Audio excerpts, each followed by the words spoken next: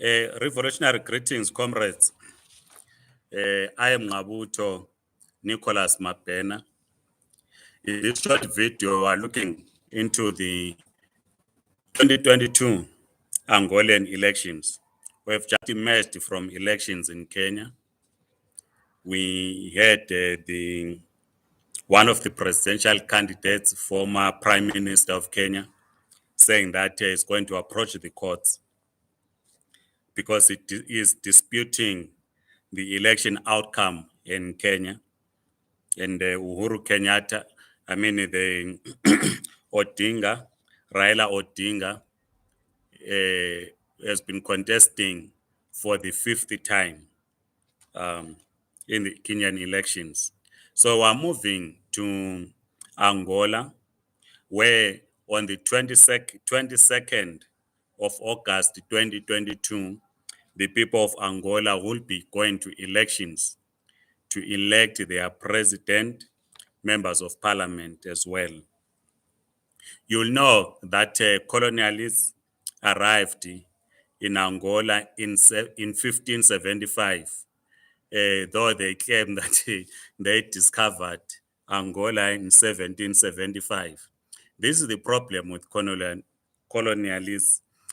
When they get to a place, they claim to have discovered a place. They claim to have discovered what today is called the Victoria Falls. They don't respect the indigenous people.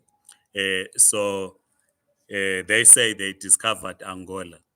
But Angola, the colonialists arrived in 1575, led by Paul Dias de Novaes, a Portuguese national. So he led his friends and others to colonize Angola. So Angola has been a colony of Portugal ever since in 1575 until Angola gained her independence from Portugal in 1975. Of course, we know that Luanda was granted a city status in 1605. So on the 11th of November 1975, Angola became independent.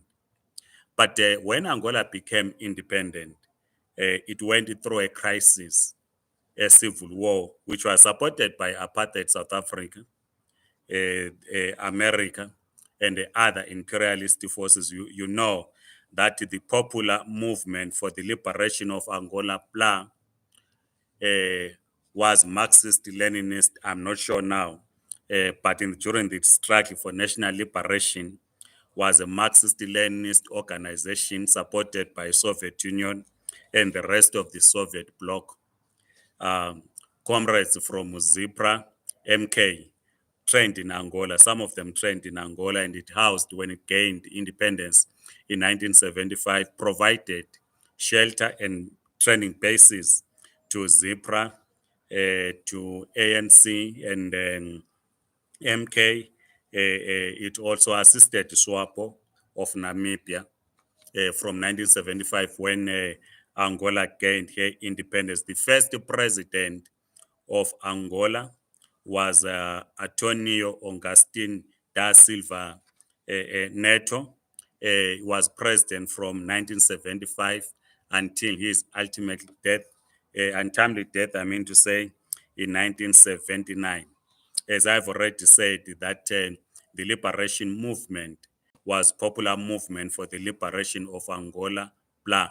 They have a Portuguese name for the liberation movement. But just like in the rest of the African continent, which we have discussed in the past, there was, of course, a split in the liberation movement, which led to Jonas Savimbi and some of his colleagues forming a national union for the total independence of Angola Angola, that is UNITA. UNITA was a creation of the imperialist forces.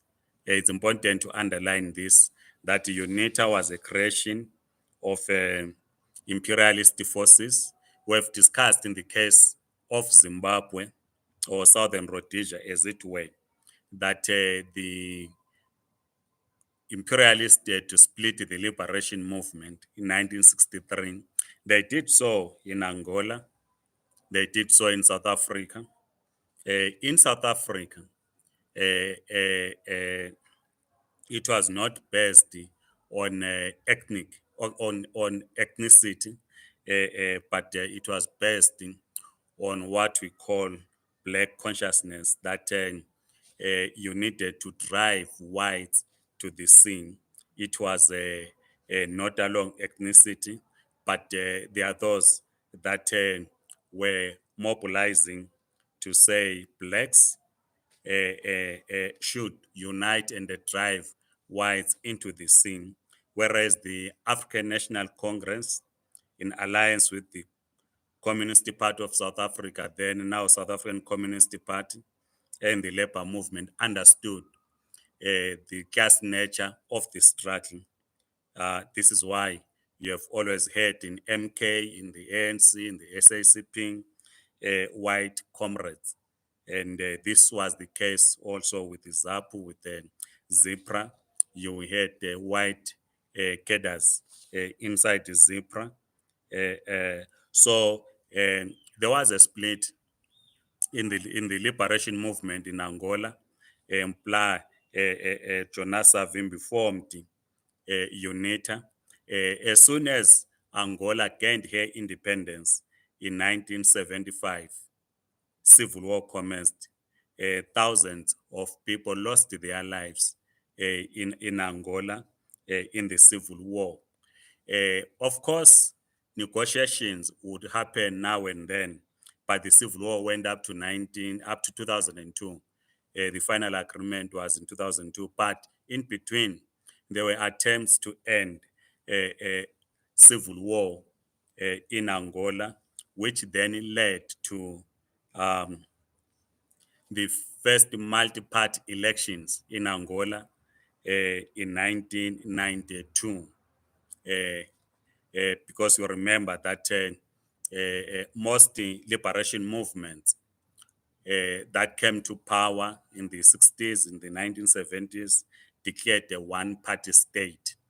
Then there's what is called the winds of change that swept across many African states in the 1990, 1991, many African countries that were liberated in the 1960s, in the 1970s, embraced the multi-party system and they introduced the direct elections. So in the first elections in 1992, the Popular Movement for the Liberation of Angola, PLA, won the elections. And when PLA won the elections, Savimbi went back to the bush. Civil war continued until the war ended in 2002. You also remember that Savimbi was killed in the bush by special forces led by the Angolan National Army. His death marked the end of the civil war in Angola, and the UNITA registered as a political party. So on the 22nd of August 2022, UNITA is challenging the ruling party, MPLA, in the elections. UNITA is represented by Alberto Costa Jr. As their presidential candidate. He is seeking to be elected as president by the people of Angola. You will know that when the founding president of Angola died in 1979, Jose Eduardo dos Santos took over the reins. He became head of state in Angola from 1979 until 2017, when he stepped down as the president of Angola. Of course, there have been lots of talk about how his family benefited from the resources, that is oil wealth, in Angola, but we respect him, Comrade Jose Eduardo dos Santos, for housing the liberation movement in Angola and for fighting the imperialist stooges on African soil. Angola, you remember, Cuba played a key role in assisting Angola to defeat the imperialist forces represented by UNITA, because UNITA was created as an imperialist project supported by imperialists and also supported by apartheid South Africa.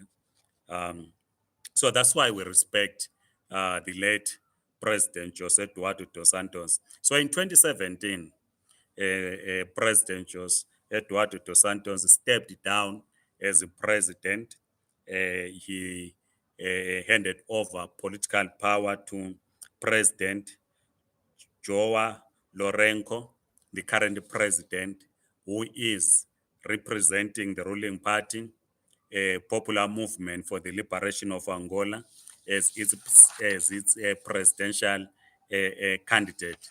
So on the 22nd of August, the people of Angola will decide whether President uh, uh, Joao Lourenco will be elected for a second term.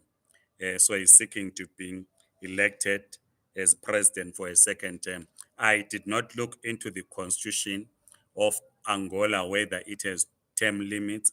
We will do so as we continue to discuss the elections in Angola. In the future videos, we will also discuss about their attitude to the diaspora vote, whether Angolians that are in the diaspora are allowed to vote, particularly those that are in Portugal. Remember that some that are in Europe are in Portugal because it is easier for them to be in Portugal because of the language, because Portuguese is the official language in Angola.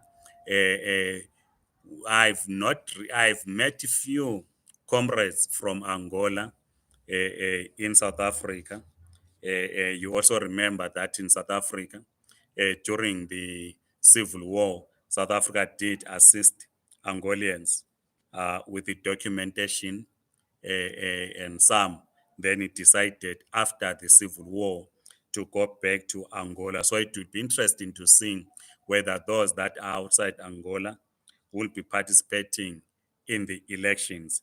We will continue to discuss the elections in Angola because it is important for us as Africans to understand what is happening in our continent and what elections mean to the majority of Africans. I'd written somewhere briefly, I think it was on Facebook, to say one of the challenges that we have in Africa is that many Africans have lost their lives as a result of electoral contest, which in the main the capitalist sponsor candidates to stand either as councillors, as members of parliament, and as presidents, so that those elected into a bourgeoisie parliament will advance the economic interests of what we normally call investors in our different countries.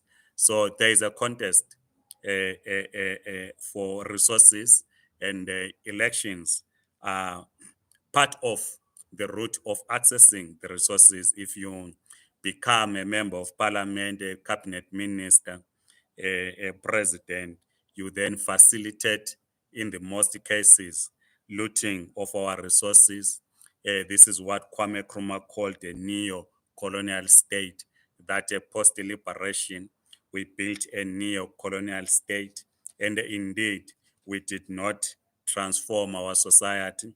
We did not transit to the next stage of human development, which is socialism. This is why there is still inequality in our continent, irrespective of notwithstanding the fact that we have so much resources. But please share your views on the elections in Angola. What are you getting from where you are? And we know, of course, that SADC is holding its summit in the Democratic Republic of Congo.